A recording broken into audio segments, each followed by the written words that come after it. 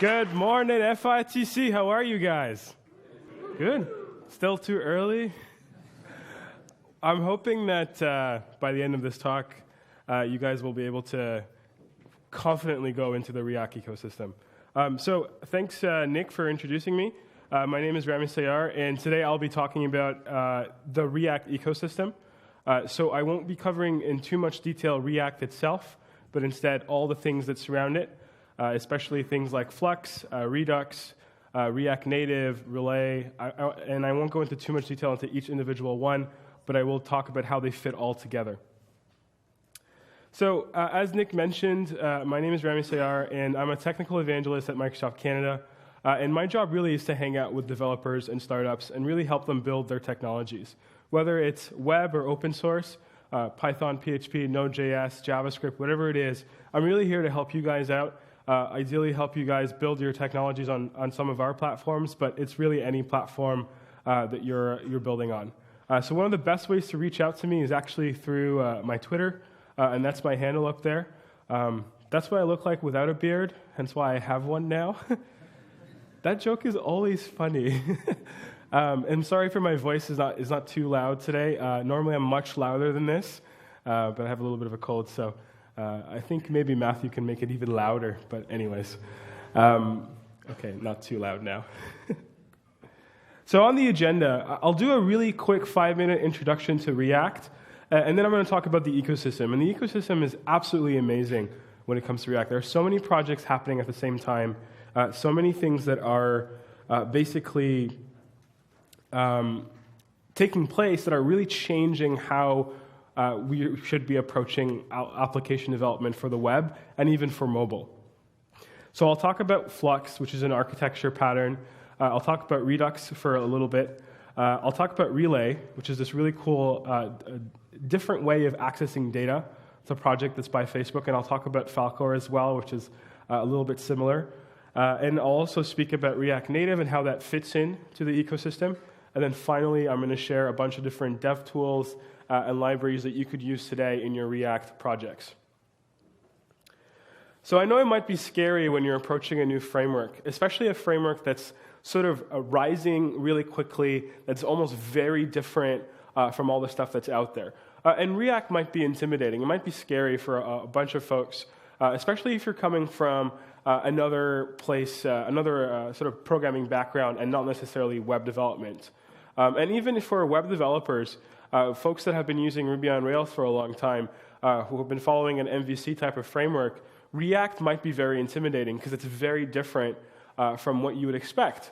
And actually, that's part of the reason why it has become so popular so quickly and why there's so much activity in the ecosystem around React. And it's because it is quite different.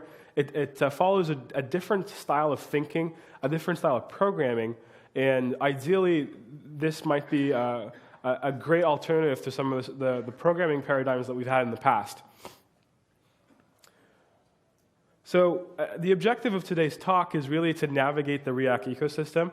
The level, I would say, is a little bit intermediate. Like, I'm assuming that you guys were paying very close attention to the previous talk about React. So hopefully you would have been able to understand how React works a bit. So I'm not going to spend too much time on the React library itself. I will spend a little bit of time, maybe 5 minutes, and then I will focus instead on the stuff that fits into the React ecosystem. So let's start with that quick 5-minute introduction. So as you probably already know, React is a UI library that's developed at Facebook, and it lets you create interactive, stateful, and reusable UI components. And that reusability is actually really important. React itself can be used on both the server side and the front end, so you can run it on both the server and in the browser. And it uses this technique called a virtual DOM. And it does this so that it can selectively render different subtrees, and then depending on what's actually changed, it will update the real DOM that's in the browser. Now, a virtual DOM is really interesting because it also lets you not necessarily update to a browser, the actual DOM, but maybe update to a string or render to a string. And that's what lets you run React on the back end, because you could basically run the same code that you would be expecting on the front end, but on the back end, and then have it output to a string that you can then send to your browser and have it pick up from where it left off. The other thing that React does is it introduces this weird little thing called JSX. Now, if you've been developing HTML for a long time, and you've been using MVC frameworks, like maybe Backbone or some of the other ones out there, you probably are familiar with templating on the web. Now, this might look really weird and really bizarre because all of a sudden we're seeing, hey, HTML, but in what looks like JavaScript code. And actually, that's what JSX does. It lets you add HTML-ish tags to your JavaScript, and it does that so that you can actually, it actually simplifies the code a bit. So with React, you're building your components using JavaScript, and instead of having to manually add every single HTML element directly in your JavaScript code, you write the HTML directly, and React, when there's a compiler that transforms the JSX into actual JavaScript, it will convert this piece right here, this H1, into something like an actual JavaScript object. And it's actually really necessary because there's no other way for React to create a virtual DOM if it doesn't know what elements are in the DOM itself. So this part is actually pretty interesting, and it has a good side effect in the sense that before you might have had to write templates, and you might have been slowly injecting JavaScript code into your templates to make your templates do more advanced things. Okay, I don't know how many of you have actually done that with their templates before. They've injected little JavaScript functions to make it do more dynamic stuff. Raise your hands. Almost everyone. Well, here we're actually doing the opposite. It's already in JavaScript, and then we're injecting a little piece of HTML that we need. So it's an interesting side effect of this technique. Now, of course, if you have these components that you're creating with React, and you have the HTML inside, and there's this render function that actually returns what this component should look like, how do you pass in dynamic data? Well, you do that in React with this feature called props, or properties. And essentially, when you're rendering a component, like let's say we've created this hello name component, where we've added a render function, and we're returning this HTML, we can actually access the entire JavaScript object straight within the component. And then when we render this component, we're rendering actually the component as if it's an HTML element, and we're passing in a property name that actually ends up in the this.props object. I think that this was covered in the previous talk, so I won't spend too much detail on it, but this props is actually really key to how we're going to build our Flux architecture. And that's because you can imagine if you have multiple components and you're putting each component inside each other, which is something that you can do in React, and it makes it really powerful because all of a sudden all your components are composable. You can put them inside each other.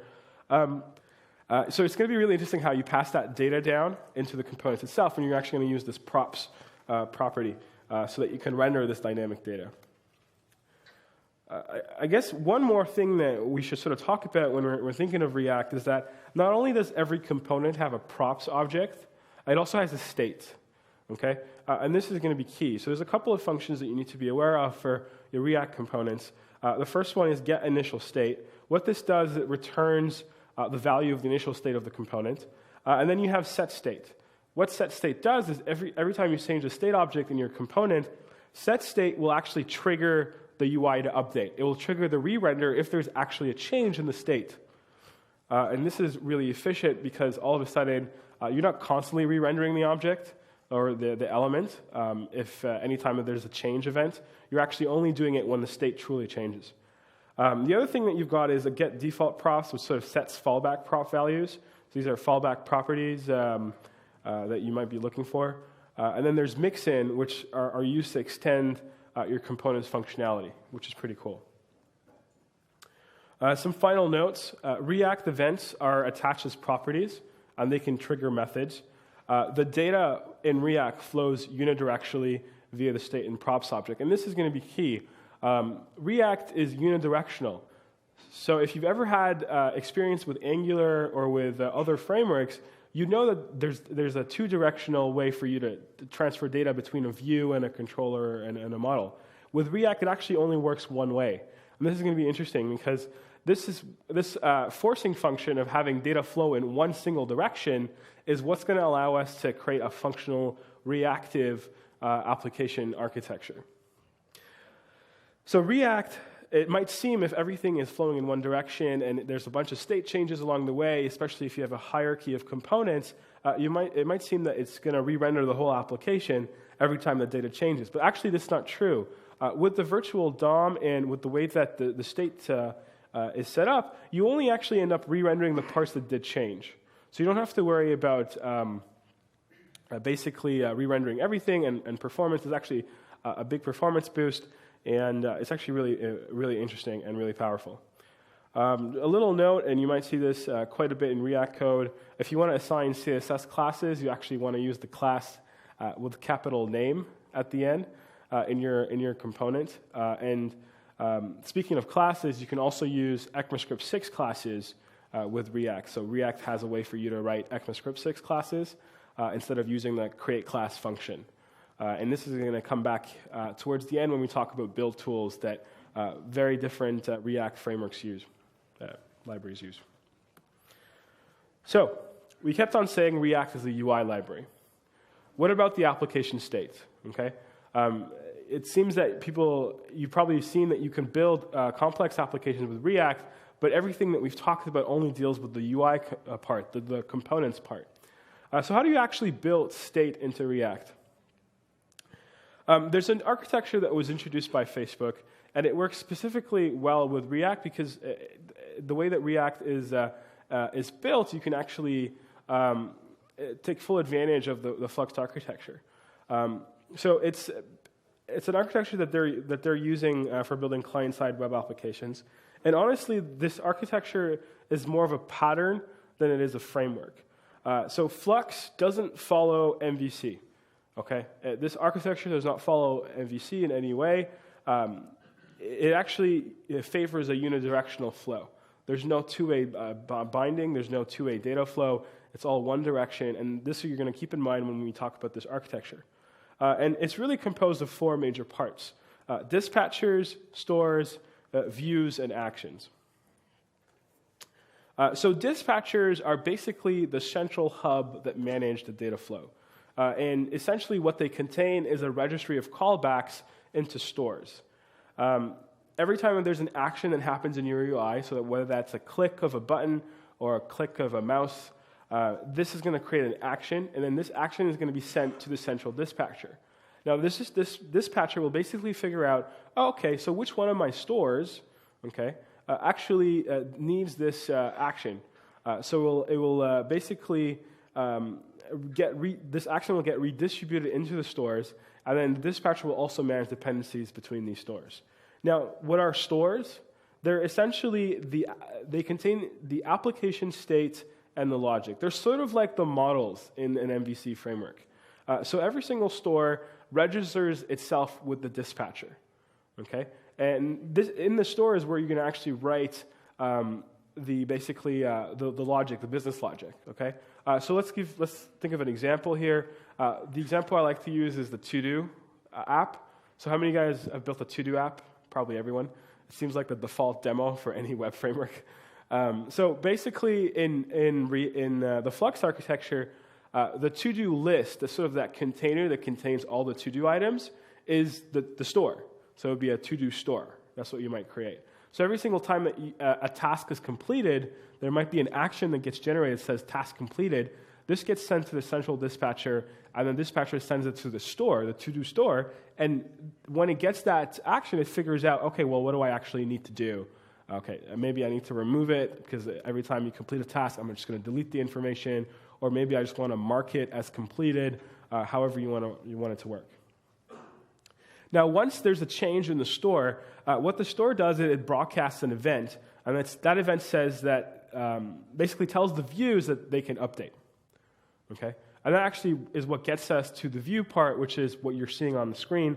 And in the Flux architecture, views are basically just the React components. Okay, so the nice thing about React components is that they're composable. Okay, so you only need to have one React component. You can sort of think of it as the app view, okay, or the view controller if you're very inclined to an MVC architecture.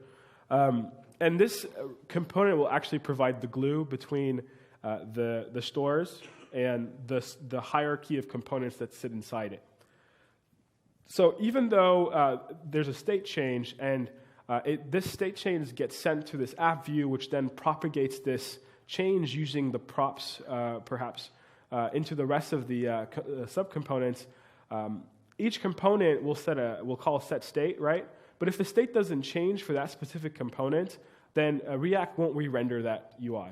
So you don't need to worry about the whole app being re-rendered every single time that something changes.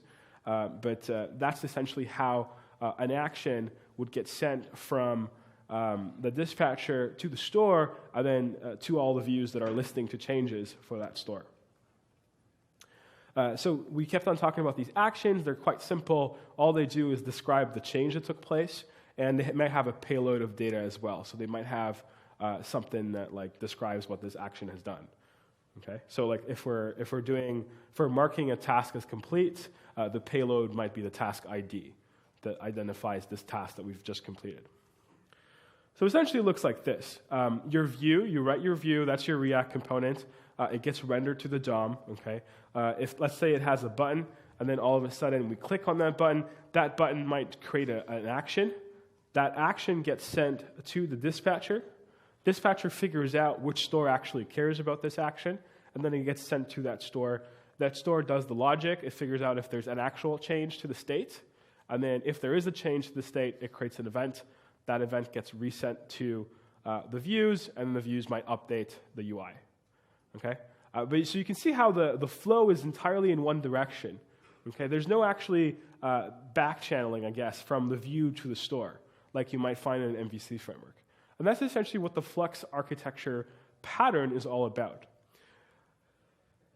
Now, of course, once you have a pattern, there's going to be hundreds of different implementations. And that's what might be intimidating if you're looking at, okay, well, how do I build a Flux app? There's actually a bunch of different implementations of Flux. There's a Flux library by Facebook that basically has a central dispatcher and a bunch of action creators. Okay, and I'll explain how that fits into the general pattern. There's another framework called Redux that's extremely popular. In fact, we have a talk here later today. It's entirely about building apps with Redux. There's Alt, Reflux, Fluxor. There's a whole bunch of different implementations. But honestly, you can spend most of your time looking at the Facebook Flux implementation and Redux. In fact, Redux has become so popular, I would say that Redux itself is sort of part of the React project now, and it actually takes a bit of a different approach on top of the Flux architecture. It really simplifies it.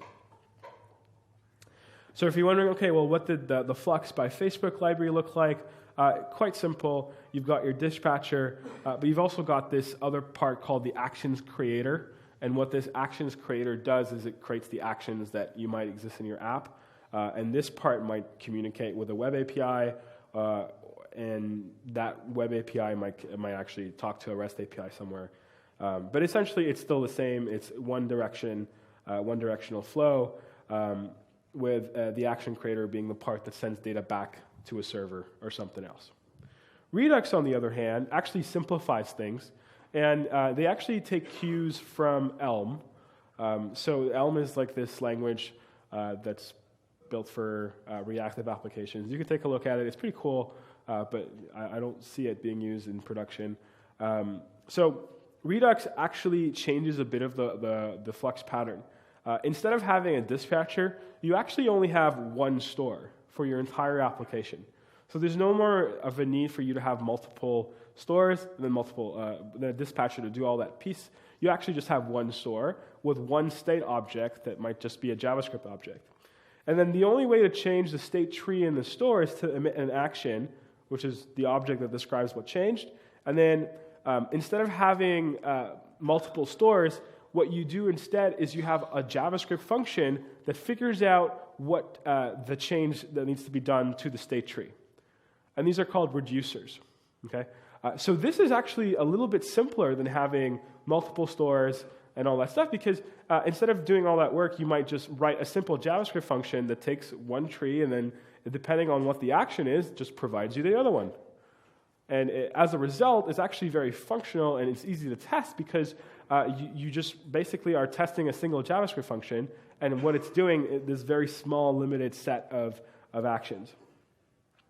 So the talk later today will spend a lot more time with Redux, which is awesome, and I actually enjoy Redux quite a bit.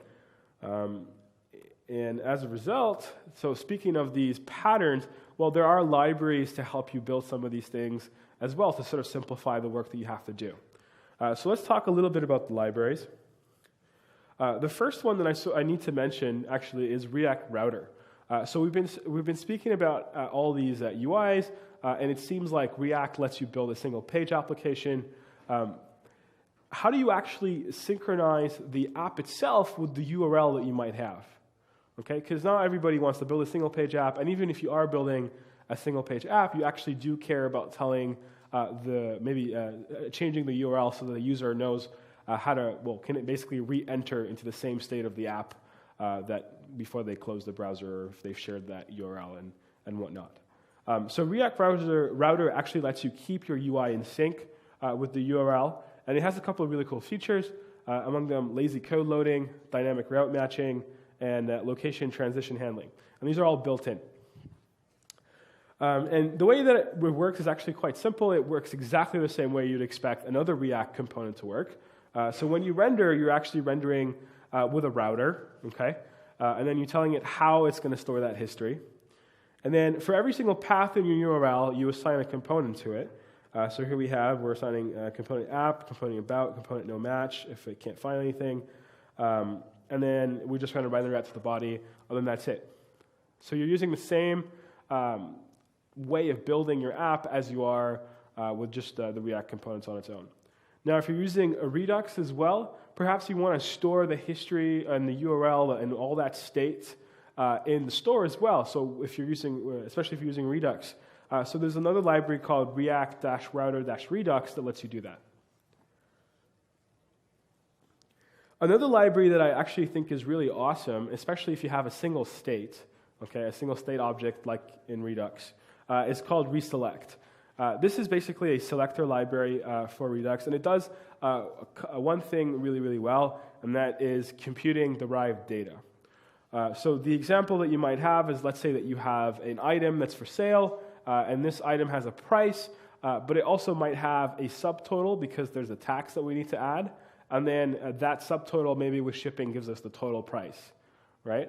So instead of having a state object that's for basically every single piece or just for the end piece, you create these selector objects that can take the initial states and basically provide and compute the derived data all the way to the end. So you don't need to store all that information in your state. You just store the initial information, and using that reselect library, with those selectors, you can compute the derived data efficiently and when you need them. So that's what's really cool about this library, and it's really handy for Redux where you have a single state object, so that way you don't pollute your state with multiple copies of the same object. And the nice thing about it is that it doesn't recompute the state if the arguments didn't change, so if things didn't change, it doesn't redo the whole work. So it sort of memoizes the actual final result, which is pretty awesome. Oh, and the other thing that's really cool about these selectors is that you can also compose them too. So you can have them built into together. So the subtotal selector might be inside the total price selector. Okay, so you can compose the two together, which is pretty awesome. Now this library is really important, and it actually changes how you code things quite a bit. It sort of forces you to follow a more functional approach. And this is great, especially if you're using Redux. So Immutable.js provides these collections and these data structures that are immutable, which means that once they're created, you can't actually change it. Right? And I know this might sound weird because, of course I might want to change my object, right? Well, with Immutable, it actually forces you to not change it. And every time you do try to change it, you're actually just creating a mutation on that initial data.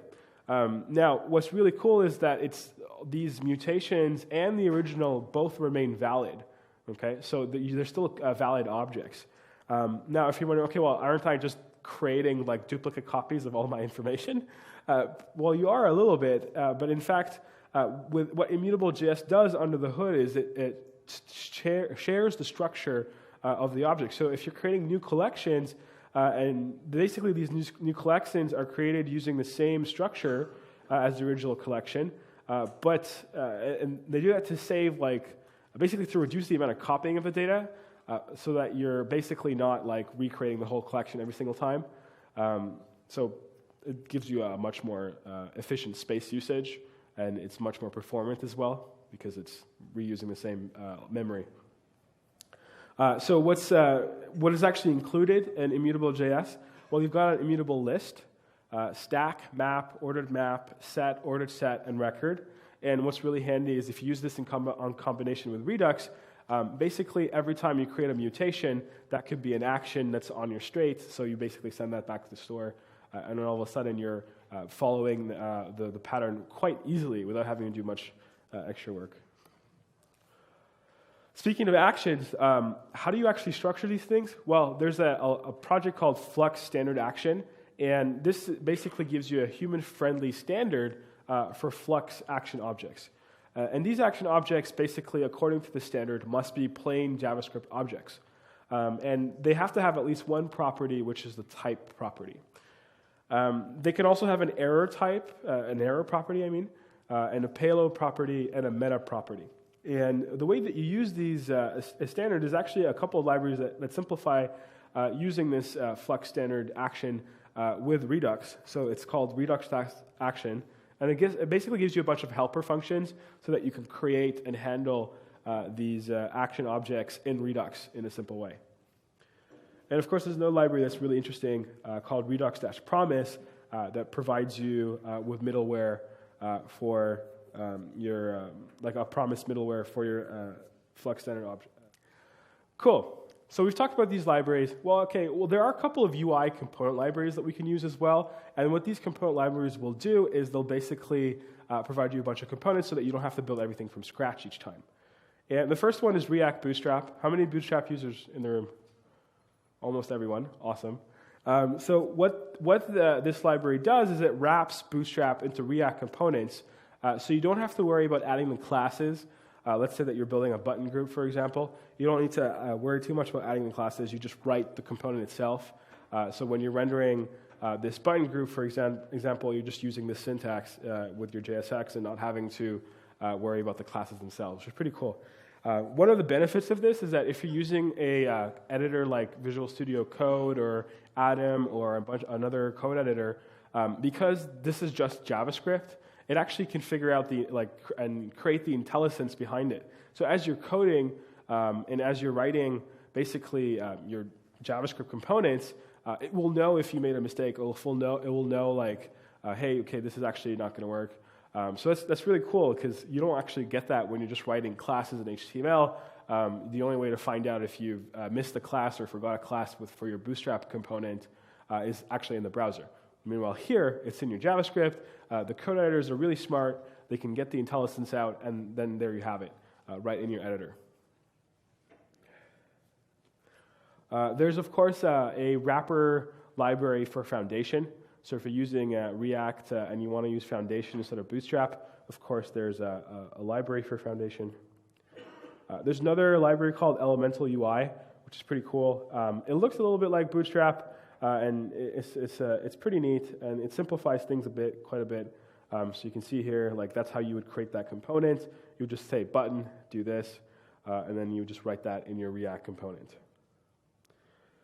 Khan Academy also has a React component library, and what they've done is they basically took some of their most reusable React components and they've added them into a library so that it makes it easy for you guys to jumpstart your application with components that are well tested, thoughtful, and beautiful. And for you to, if you want to explore that, just take a look at Khan Academy's React Components project, and you'll see what they've open sourced. Now, the other big part of the ecosystem is actually handling data. So if you're using a Flux architecture, you might have noticed that, hey, in the Flux library by Facebook, they have an actions creator that basically communicates with the web API. Well, that's one way to do it, but there are new projects out there that are actually making it way simpler and way easier for you to save data or get data from a REST API while you're building React. So The first one is called Relay, and essentially it's also another project by Facebook, but it's a little bit different in the sense that it's a lot more declarative, okay? So it uses this language called GraphQL, okay? And what you can do is you can declare the data requirements for this component, and then you let Relay figure out when and how to get this data, which is pretty cool. So instead of you having to actually call the specific REST API, you just write this query, okay, and then Relay will figure it out and basically know how to send that data over to your REST API, your database, or whatever you're using. And the other cool thing about this is that the data queries live right next to the views. They're actually in the views. So what that lets you do is, let's say that you have multiple components that are getting the same data. Instead of having to write code that basically stores this data and then updates all of the different components, you actually don't need to worry about that. You just write the Relay query directly in your component, okay, and then Relay will figure out, oh, okay, we're asking for the same data here, so let's aggregate those queries and then just get them once, okay, which is pretty powerful because it reduces the amount of network communication that you have to do.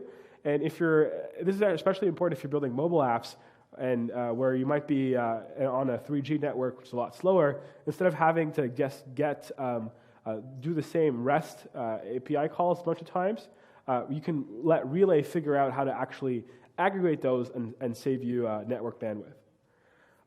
Some of the other cool things is that Relay lets you mutate the data. Okay, so there's mutations, and then what this will let you do is you can actually do the same mutations on both the client and the server using this GraphQL language. So again, this is going to let you do the same thing on the back end and the front end, okay? And this is going to come in really handy when we start talking about isomorphicness or universal JavaScript with React. So this idea of using the same code base on both the front end and the back end to build your entire application. Now, of course, there's another library that's a little similar. It's called Falcor. This is by Netflix, and it has similar ideas. In Falcor, you have one model that's everywhere. So this can be very similar to that state object in the store, in that single store in Redux. So you have one object that sort of contains the data and the states of your entire application. And this one model everywhere, basically you're representing this data as a JSON graph. And if you already know how to use this object, okay, well then you actually know how to use it everywhere, including on the memory, in the client, on the network, wherever this data might be. So the data is itself the API, and this API can be accessed anywhere because, again, it's just data. And if you're wondering, okay, well, how do we then get this single this single model everywhere to sort of save itself to a database somewhere? Falcor lets you bind to the cloud, and what that means is that Falcor will automatically traverse the references in your graph, okay, and it will make the request that you need.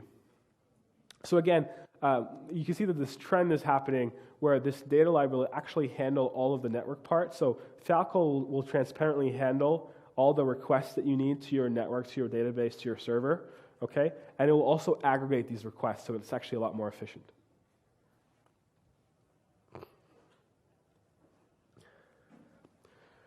So there's, let's say that you don't want to do all this fancy new stuff. You want to actually still use your REST API because you already know how to use it. You don't want to set up Relay or Falcor. Well, there's actually another library called React Resolver that lets you define your data requirements per component, which is pretty cool. So it will handle nested async rendering on both the server and client for you. And the way that it works is if you're writing ECMAScript 6 code, you would add this @resolve, okay, and then give it the function. It takes the props that were passed into this component, and then it figures out how to get whatever you're trying to do. So let's say that you're getting something for an HTTP API. Well, then you would just write this, and all of a sudden you've declared the data that you want per component. And then you can handle how you're actually going to call that with the REST API. That's all you need to do. So you don't need to set up a whole other library or a whole other way of thinking for your data. So the other really cool part about React is that it's got this feature that lets you run the same React code in multiple places. So on the back end, on the server, on the front end, And in this case, we can actually also run that same code on a mobile device as well. And that's where sort of the React Native project comes into the ecosystem. So we actually do have a talk here later today about specifically React Native. And what React Native does is, it's another project by Facebook, but essentially it enables you to build on native platforms, but using JavaScript and React. So it's got this one principle, which is focusing on developer efficiency. So instead of you having to learn every single platform to be able to write native quality apps, you instead learn once, okay, you learn React once, and then you write this everywhere, okay, but it still uses the native components. And you're wondering, okay, well, how does it do that? How does it use JavaScript and the native components together? Well, it actually does it in an interesting way. So whenever you have sort of the HTML elements in your React component, instead of writing the HTML code, you might write, let's say, the UI tab bar or the drawer on Android. Okay, so you can use those components directly in your JavaScript code. Okay, using instead of JSX, it would be the React Native transformer. So you can sort of mix and match both the native UI elements for every single platform, whether it's iOS or Android, inside the JavaScript. Okay, so that gives you basically apps that look and feel like the rest of the apps on that platform, because it literally is just that native component. And what the React Native project will let you do is it'll let you basically run a thread that executes the JavaScript code that basically is the React component, the React part, and it will communicate with the native components asynchronously by serializing that communication between the components and the React part itself. So that's something that's really powerful and really cool, and lets you build the same React applications, okay, that you might have on your web app, okay, but instead of having those components that create HTML elements, instead they'll create the actual iOS specific element or Android specific element. Now, of course, there are other tools that exist in the React ecosystem. Here is just a couple, and these are really important. The first one is the React Chrome developer tools, and this is an extension for your Chrome browser, and all it does is it adds a tab for React in your Chrome DevTools. And what this tab does, it actually shows you a list of your entire React component hierarchy. Okay. Now, if you navigate every single hierarchy, you're basically navigating it as if it's just a simple element in your DOM. Okay. When you navigate, you can see the props that are currently in that object, in that component, its current state, and as well as if there's any event listeners and all that stuff. So it lets you basically debug your React app as if it was just a regular HTML app using these DevTools.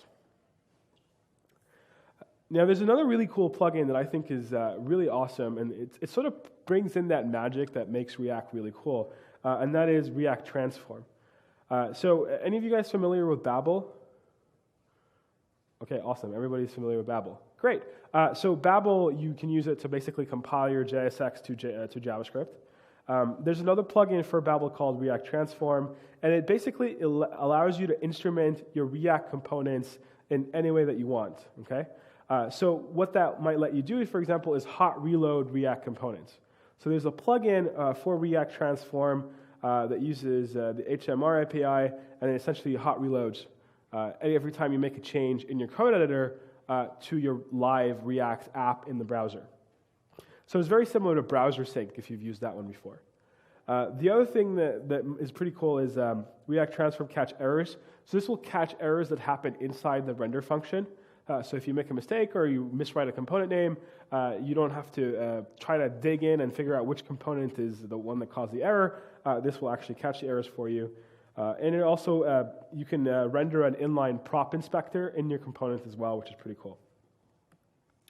So it looks like this. Let's say that I'm writing my application, and I've got this component right here. I've already got a Babel gulp file, for example, that's automatically compiling it. And let's say that I've added the HMR plugin, so it allows me to do a hot reload. So every single time that I modify a React component, it will automatically modify it in the browser. And that's something that's possible with React Transform, which is pretty awesome because it's not only like browser sync, but it's also browser sync for your React components, and then you don't really need to worry about like it keeps the data of the application as it's running, so you don't lose your React component. But if you change the initial prop, for example, it'll keep doing things. So here's an idea as well, changing colors and stuff like that. There's another project that's really helpful. It's another dev tool, and this is mostly helpful for React Native projects. It's called Code Push, and what it lets you do, it lets you push updates to your apps instantly. It's a service by Microsoft, and it lets you enable both Cordova and React Native apps to be updated on the fly and remotely. So you don't have to basically publish an update to the store to update the code that's inside your React Native app. You can just use this service. And the other cool thing is that it lets you manage alpha, beta, and production apps as well. Now, I mentioned Babel earlier, but essentially Babel is a compiler technology. It seemed that everybody knew what it was, but essentially it lets you take your ES6 code, your JSX code, and compile it down to ES5 code, which runs on older browsers and actually executes in places where your browsers might be missing support for different ES6 classes or whatnot. So if you want to know how do I actually run Babel, you just npm install it, and then you give it the source files, and then you'll output your app.js. And this presets part is actually the most important piece. This is what sort of tells Babel what to include in its compilation process. So you can say basically preset to ES 2015 or ES 2016 or React and all that stuff. So how do we put all this stuff together? Well, there's a lot of libraries that you might want to use with your React project. The ecosystem is quite big. There's actually a couple of really cool projects that put it all together for you, so you don't have to do it from scratch. And one of them is React Static Boilerplate. This is a Boilerplate. This is actually a pretty cool project, and essentially what it lets you do is it lets you generate static HTML pages from your React components, okay? And it'll generate routes as well, so if you're building a static website, but you still want to use React, and you just want to use the component parts, and you want it to be generated directly to static files, you can use this project. It has a bunch of other features like it supports Babel and post-CSS and Sass and pre-CSS and a bunch of other things as well. There's another starter kit.